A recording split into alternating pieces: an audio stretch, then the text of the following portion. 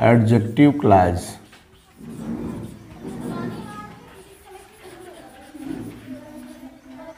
Adjective clause का मतलब होता है विशेषण उपवाक्य। विशेषण उपवाक्य। एडजेक्टिव माने विशेषण होता ही है। एडजेक्टिव और क्लॉज यानी सब ग्रुप ऑफ वर्ड्स। क्लॉज यानी group of words with a finite verb, जो जिसमें शब्दों का समूह हो, उसमें एक मुख्य क्रिया भी हो और वो अपना अर्थ पूरा न देकर किसी दूसरे क्लॉज पर आश्रित हो, उसी को क्या कहते हैं? क्लॉज। तो अब एडजेक्टिव क्या है? तो adjective is a word which qualifies noun और प्रोनाउन। यानी एडजेक्टिव वह शब्द है जो किसी संज्ञा या सर्वनाम की विशेषता बतलाता है। तो अब एडजेक्टिव क्लॉज कौन है? तो वो क्लॉज जो एडजेक्टिव का काम करता है, यानी कोई क्लॉज जो एडजेक्टिव का काम कर रहा हो वही एडजेक्टिव क्लॉज। तो एडजेक्टिव का काम क्या है? एडजेक्टिव क्या करता है? किसी नाउन या प्रोनाउन की विशेषता बतलाता है। इसका मतलब हो गया कि वह क्लॉज जो किसी नाउन या प्रोनाउन की विशेषता बतलाता है वही एडजेक्टिव क्लॉज होता है। इतनी बात तो क्लियर है ना। अब ये है कि एडजेक्टिव क्लॉज बनाना है। तो क्लॉज अभी आप पढ़े थे कि एडजेक्टिव क्लॉज क्या है? Subordinate clause. भाई हम पढ़ रहे हैं कॉम्प्लेक्स सेंटेंस। क्या पढ़ रहे हैं? Complex sentence. तो कॉम्प्लेक्स सेंटेंस में क्या होता है? एक होता है प्रिंसिपल क्लॉज और दूसरा होता है सबऑर्डिनेट क्लॉज ना। और ये सबऑर्डिनेट क्लॉज जो है वो तीन तरह का होता है। एक होता है नाउन क्लॉज, दूसरा होता है एडजेक्टिव क्लॉज और तीसरा होता है एडवर्ब क्लॉज ना। तो नाउन क्लॉज तो आपने पढ़ा कि नाउन क्लॉज यानी वह क्लॉज जो नाउन का काम करता है वो नाउन क्लॉज कहलाता है। आज पढ़ने वाले हैं एडजेक्टिव क्लॉज। अब ये नाउन क्लॉज बनता किन किन कंजक्शन से है? क्योंकि ये सबऑर्डिनेटिंग कंजक्शन से बनता है सबऑर्डिनेट क्लॉज, ये भी पता है आपको। इसका मतलब इसमें कंजक्शन का रोल है और वो कंजक्शन तीन तरह से प्रयोग होते हैं, एक नाउन क्लॉज के, एक एडजेक्टिव क्लॉज के, एडवर्ब क्लॉज के। तो नाउन क्लॉज में कौन से कंजक्शन प्रयोग होते हैं? ककारवाचक कंजक्शन, जिनको हमने बताया था, कुछ लिस्ट बनवाया था उसमें, दैट, इफ या whether, what, where, which, whose, whom, है ना, why, how many, how much. ये सब कंजक्शन क्या है? ये नाउन क्लॉज बनाते हैं। लेकिन नाउन क्लॉज में जब हम इनका हिंदी अर्थ लेते हैं तो उसमें की ध्वनि आती है। जैसे की क्या, की कब, की कैसे, की क्यों, की कितना, की कौन सा ना। तो की ध्वनि लेकर के बनाता है नाउन क्लॉज। वैसे ही अब हम जब एडजेक्टिव क्लॉज की बात करेंगे तो एडजेक्टिव क्लॉज का जो कंजक्शन होता है, एडजेक्टिव क्लॉज के जो कंजक्शंस होते हैं वो होते हैं जकारवाचक। क्या होते हैं? जकारवाचक। जकारवाचक का मतलब क्या समझते हैं आप? इनसे ज की ध्वनि आएगी। इसमें ककारवाचक यानी क की ध्वनि आती है और इसमें ज की ध्वनि आती है। ठीक ना। यानी जैसे उसमें की हर सब में आया था, की क्यों, की कब, की कौन, की कैसे आ रहा था ना, तो वैसे ही अब यहाँ की नहीं आएगा, वर्ड वहीं रहेंगे। वर्ड यानी शब्द जो कंजक्शन के हैं लगभग वहीं रहेंगे, लेकिन उनके अर्थ अब किस में निकलेंगे? ज में निकलेंगे। जैसे जकारवाचक, इसीलिए इनको हिंदी में क्या कहा? जकारवाचक कंजक्शन। अब ये जकारवाचक कंजक्शन कौन कौन से हैं तो उनको हम देखेंगे लिस्ट में। तो इसमें सबसे पहले आप लिखिए हु यानी जो या जिसने। हु यानी जो या जिसने।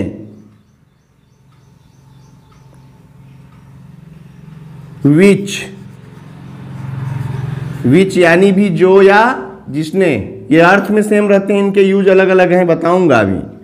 हु जो या जिसने, विच जो या जिसने, और दैट इसमें भी है। देखो नाउन क्लॉज में भी दैट था, नाउन क्लॉज में दैट था तो वहां की, और यहां दैट आएगा तो जो या जिसने। एज का मतलब भी जो या जिसने। ठीक ना।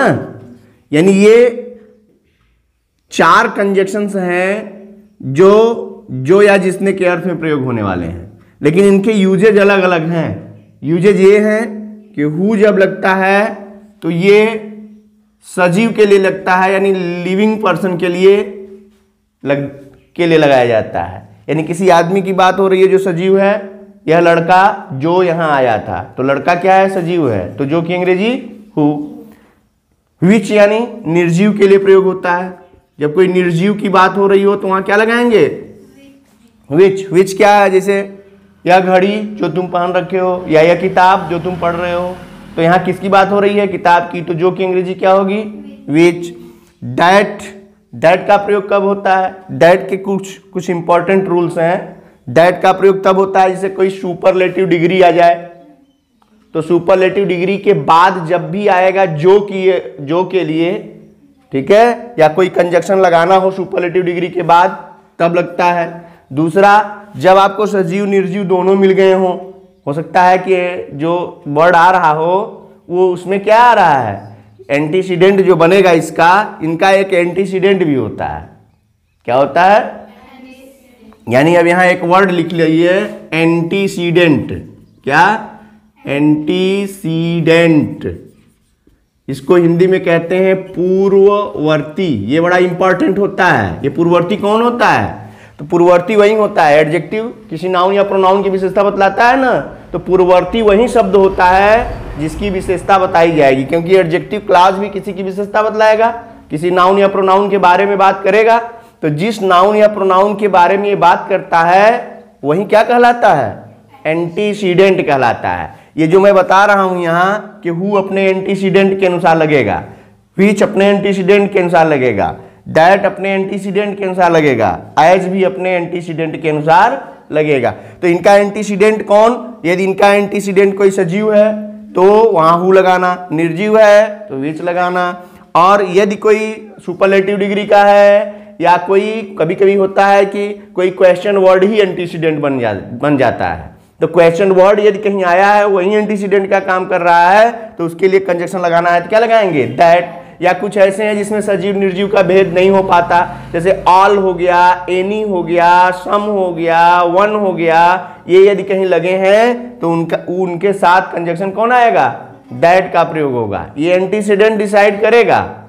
और एज कब लगेगा, एज लगता है जब एंटीसीडेंट के साथ सच या सेम लगा हो। क्या, सच या सेम कभी कभी आ जाता है, तो सच और सेम यदि आए हुए हैं तो उनके साथ का कंजक्शन जब भी आएगा वो कौन सा होगा, एज आएगा। ये आपको ध्यान देना है, यही एंटीसीडेंट है। अब एंटीसीडेंट इसका बड़ा महत्वपूर्ण हो गया, यानी एडजेक्टिव क्लास में एंटीसीडेंट मोस्ट इंपॉर्टेंट पार्ट हो गया, क्योंकि एंटीसीडेंट के हिसाब से ही हमारा जो कंजक्शन है वो प्रयोग होने वाला है। तो 4 कंजक्शन आपने लिखा, हु, विच, दैट और एज। अब आगे बढ़ते हैं, तो अब हु से बनने वाले पहले ले लो, तो हु से बनने वाला जो कंजक्शन होता है वो हो गया हुज। हुज यानी जिसका, जिसकी, जिसके।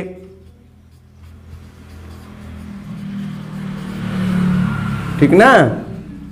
अब इसके बाद हुज का हुम बना लो, हु से, ये हु की कैटेगरी में आएंगे, यानी हु आप याद रखिए तो ये 3 हैं, इनको तीनों को एक साथ लेके चलिए। तो हुम का हो गया जिसे या जिसको ना, हुम माने किसको, तो जिसको हो गया है, या किसे तो जिसे कर दो यहां। ठीक है। अब आगे कंजक्शन में आ जाएगा आपका व्हेन। व्हेन माने अब यहां जब हो गया, व्हेन यानी कब होता है ना, लेकिन व्हेन की कब नाउन क्लास बनाता है और एडजेक्टिव क्लास में व्हेन जब। ठीक है। अब ये इसका एंटीसीडेंट कौन होगा ये भी देखना पड़ेगा कि भाई व्हेन आ रहा है तो इसका एंटीसीडेंट कौन बनेगा, कोई भी नाउन जो समय बता रहा हो, क्योंकि व्हेन समय बताता है। तो यदि कोई एंटीसीडेंट आ गया टाइम तो उसके लिए क्या लगाएंगे, व्हेन। यदि एंटीसीडेंट आ गया प्लेस तो उसके लिए लगाएंगे वेयर। वेयर माने जी नहीं, जहां। ठीक है।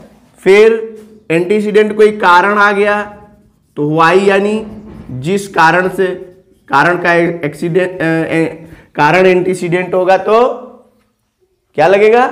वाई। मैनर कोई आ गया हो तो क्या लगेगा? हाउ, यानी जिस तरह से, ठीक है। When, where, why, how. बात समझ आ रही कि नहीं आ रही? अब ये सारे कंजक्शंस किसके अनुसार लग रहे हैं, ये बात आप हमेशा ध्यान रखेंगे। क्या? एंटीसीडेंट के अनुसार लगेंगे, ठीक है। और दूसरी चीज ये है, इसमें जो एडजेक्टिव क्लॉज बनाते समय हमें मुख्य बात याद रखनी है, जैसे एक प्रिंसिपल क्लॉज होगा ना, अब प्रिंसिपल क्लॉज के साथ हमको जोड़ना है सबऑर्डिनेट क्लॉज को, लेकिन सबऑर्डिनेट क्लॉज में बात हो रही है एडजेक्टिव क्लॉज की। एडजेक्टिव क्लॉज बनेगा इन सारे कंजक्शन से, और जब ये सारे कंजक्शंस में से कोई एक सूटेबल हमको मिल गया तो वो सूटेबल कंजक्शन से हम एडजेक्टिव क्लॉज तो बना लेंगे।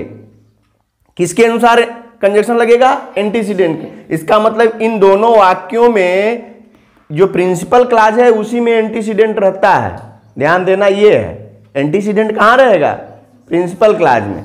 तो एंटीसीडेंट प्रिंसिपल क्लॉज का हो गया और सबऑर्डिनेट क्लॉज हमारा एडजेक्टिव क्लॉज अलग से बन रहा है। इसका मतलब ये एडजेक्टिव क्लॉज एंटीसीडेंट के तुरंत बाद होना चाहिए।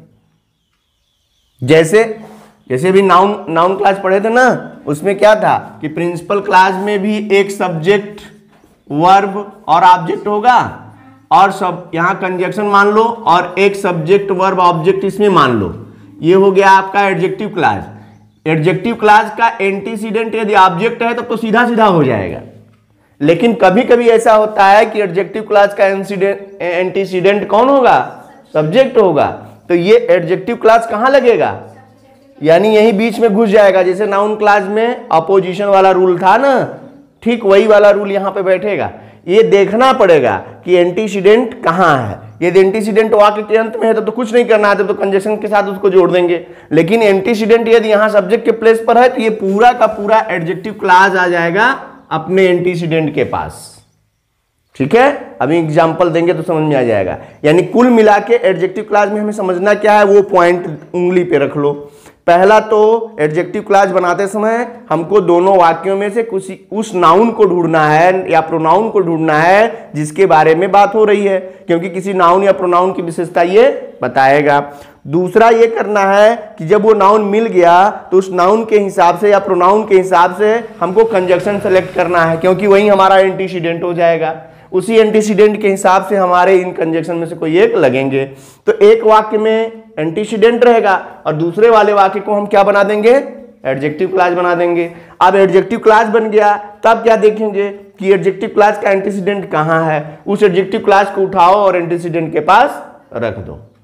बात क्लियर? ये 3-4 पॉइंट यदि आप दिमाग में रखते हैं तो एडजेक्टिव क्लॉज गलत नहीं होगा। एक बात ध्यान रखना, यदि एंटीसीडेंट के पास एडजेक्टिव क्लॉज नहीं है, आपका बन भी गया तो अर्थ उसका गलत हो जाएगा। इसलिए ध्यान देना है कि वो जो, जैसे हिंदी में आ जाएगा कि जो लड़का अच्छे से पढ़ता है वो अच्छे नंबर प्राप्त करता है।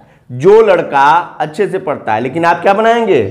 लड़का जो अच्छे से पढ़ता है, क्योंकि जो लड़का उसमें तो पहले लगा करके कंफ्यूज किया है आपको। लेकिन आपका काम क्या है?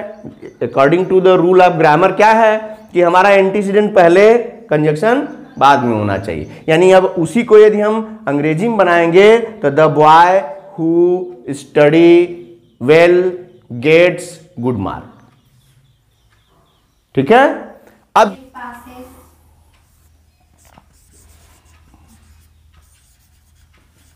This highway passes through Mathura, Agra and Kanpur. This highway is called the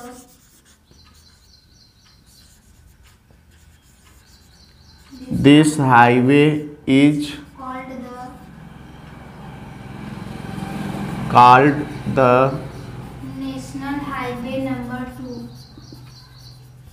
National Highway number 2.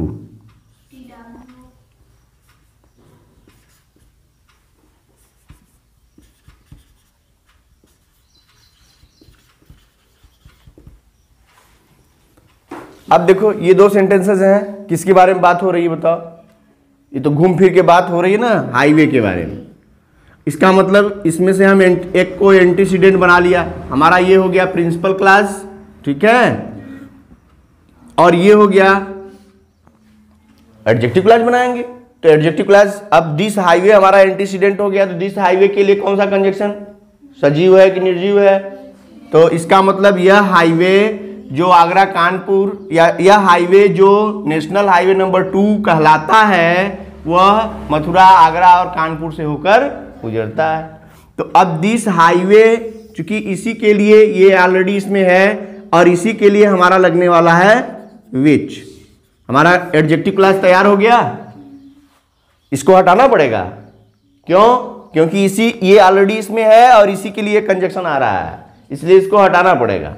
तो इसको हटा के लिखेंगे विच और हु और दैट वगैरह जो है वो सब्जेक्ट के प्लेस पर आ जाते हैं, इनको हटा करके यहाँ विच लिखेंगे और ये पूरा हमारा तैयार हुआ एडजेक्टिव क्लास। अब एडजेक्टिव क्लास को फिट करना है कहाँ? एंटीसीडेंट के तुरंत बाद। एंटीसीडेंट कहाँ है इसका? This highway. इसका मतलब ये पूरा का पूरा इसी के बीच में आएगा, यानी क्या होगा? This highway which is called the national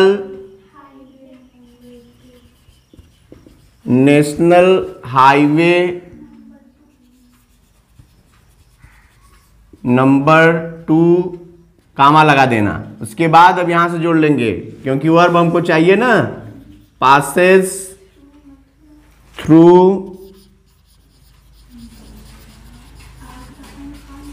Mathura,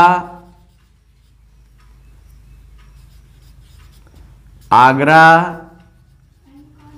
and Kanpur. हो गया।